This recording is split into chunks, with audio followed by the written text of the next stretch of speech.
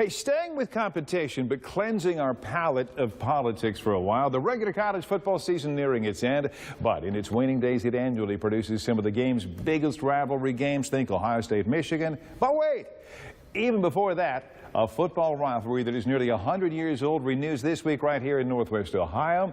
The Battle of I-75. The UT Rockets travel down to Bowling Green on Wednesday, and the athletic directors of both schools joining us on Leading Edge. Thanks for being here, Bob Moosberger, and of course, Mike O'Brien. Toledo's had its way in recent years, a 7-game winning streak. So let's start there. Is the rivalry still alive and well? Very much so, in my opinion. Oh, no doubt, Jerry. I think it means so much to both teams and both communities, and the fan bases really do get excited about it. As locals, we know the rivalry. You know, some of us grew up around it. We've spent big portions of our career with it. But most of the talented players your schools recruit aren't from these parts. Let's face it. Do they get the rivalry? Do coaches do anything special to maybe underscore the rivalry? You know, I talked to Coach Jenks, who's from Texas, and he understands the rivalry. He saw it last year. That game came down to a 1-touchdown game, and the kids were fired up. And it means something different to each and every one of our kids. Yeah, and once the players come to UT, I'm sure, or BG from other parts of the country, they learn quickly as to the importance of the rivalry. Yeah, you know who's just up the road 25 miles, and then there's social media talking about it. If they turn on TV, they say, why are they at their practice? Well, because it's in there. Okay. Let's take a look. Let's do this. I'm going to bite my lip a little bit. Let's take a look at the scoreboard of this rivalry. Okay, BG does lead this series. Look at this, 39-38-4. But UT has won the last 7 games with a win. They would not up the long-standing rivalry. BG had the longest winning streak, but that goes back to 55-66, for Pete's sake. Some of you are going to say, well, Jerry, that doesn't add up to 100. You said this is a 100-year-old rivalry. First game, 1919. That's your almost 100 years. But history tells us that fans apparently rioted after a huge TU, at that time, TU blowout of BG 63-0 back in 35, and the two teams didn't even play each other again until 48. Now, the blood's not that bad these days, certainly. But is the student interest in today's students, is the interest and passion in this series what it once was?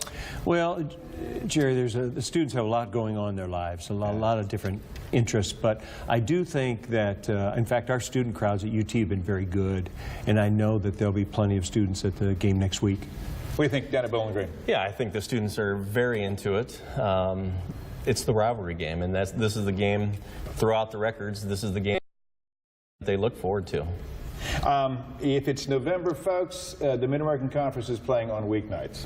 Midweek, MACtion, they call it, right? MACtion. But as I've watched some of these games, and I do, I'm the sports junkie, the crowds, frankly, are often sparse. The games don't seem that fan-friendly weeknights. You know, they got to go to work the next day. But the conference cashes checks from cable, satellite, whatever. Are we still happy with this arrangement? Well, Bob's laughing and letting Mike go first. I asked the right question right there. Well, we need to be happy with it, Jerry, because it's going to continue for many years, to be very honest, and with the Mid-American Conference and ESPN contract. And so we've gotten to the point where, you know, obviously it affects the crowds, but at the end of the day, we better embrace it because it's not going away. Okay. And so we market and promote differently than we would on a Saturday. But midweek football is here to stay.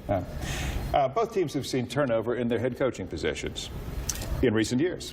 And really all for positive reasons. Coaches have had success, they have moved on. Yet the Rockets have probably had more stability given the ability to promote from within. Is that something BG would like to have in place? 100%. How do you do that? You know, build a great staff. Sustain that staff over a period of time. You know, our previous coach was only here 2 years. Yeah. You know, that's not very long time to get to know his assistant coaches that he brings in.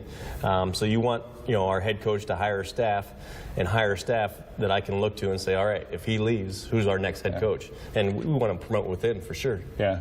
Well, back when he came into your place, and of course he had history down at Bowling Green as well, but he brought in a young Matt Campbell and a young Jason Candle, the Mount Union gang from that powerhouse, Division III powerhouse. Yes. And so you had Campbell waiting around right there and Candle waiting there in his wake, and you pointed something out to me. You said, Mike O'Brien, that to you it's not about the press conference. Well, if you have the best guy in the room, and in those two cases with Matt Campbell and now Jason Candle, I think we did have the best guys in the room to take over the job. And as opposed to hiring someone from State U with the big name. The flash. Yes, I was more concerned about someone that understood our culture as far as academics and social decisions and winning. Did you get any blowback? Does anybody say, is that why this Mount Union kid from within? Oh, I heard some whispers, but it wasn't bad.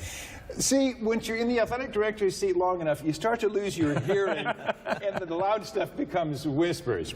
Let me ask you this. Even with buyouts, if a bigger conference comes calling, it is virtually impossible to keep our coaches in place. Is that a true statement at this point in time? I would say so. I mean, obviously, it's about the head coach, but probably more importantly to the head coach. He builds his staff with people that he knows, and he's going to take those guys, and those guys are probably tripling their salaries from what they're making at Bowling Green. So it's certainly, everybody writes about the head coach, but it's affecting the assistant coaches and their families as well. So any special activities or surprises planned for fans at the Doit this Wednesday? Well, it's a great 8 o'clock start, so you have plenty of time to tailgate. Exactly. So make sure you get out there and tailgate. We have the All-State tailgate tour at the game. It's inside the stadium, so the first 300 fans that go up to the All-State truck get a beanie cap from All-State. It's senior night for us, so we're honoring the 20 seniors that have put in some time with us, won some championships and went to the East Division game. So we're going to honor them, and then, it's Toledo, so we don't have to put too much into it. Hopefully our fans and Toledo's fans will come down, and it will be a spirited game. Yeah. From your point of view? I mean, you just have to show up and play the game. Right. Oh, I know we have a big alumni function prior to the game, a tent, and so I believe there's a bus or two, and we'll have a nice crowd there.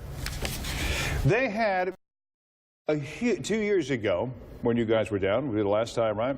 Had a huge alumni tent. You know your alumni director, Dan Savig? Yes. We've only known each other for like 35 years. He sent a bunch of pizzas down our way and said, hey, tell Anderson that's from the University of Toledo. He didn't miss a beat. All right, let's do it. By the way, leave yourself enough time. It is not unusual to see people getting off of I-75 at the Bowling Green exit, down the exit ramp to the interstate as we're starting the football game. And remember, Route 25 also brings you down. Let's do it, guys. Predictions on the game. Well, of course, I have to go with the Rockets. I got that. I'm not going to give you a score. I don't go that far.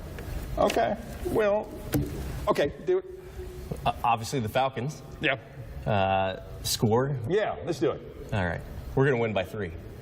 Okay, a spread. Can you do that? No. Well, we got him to say Toledo, which is zero surprise at all. These are two of the very best, and I love this rivalry. You take a look at that map, and there they sit, Toledo and Bowling Green, and just really a stone's throw apart by college football standards. Let's tee it up and have a good one on Wednesday, you guys. Thanks, Jerry. Thanks Absolutely. very much. Thanks, Continued Jerry. success. My thanks to Michael Bryan, Bob Moosbrugger, athletic directors, Toledo and Bowling Green, respectively, keeping us on the leading edge of the I-75 rivalry. When I come back, heading toward the holidays, we are celebrating a best hometown, and it's right here in our area. This is Leading Edge.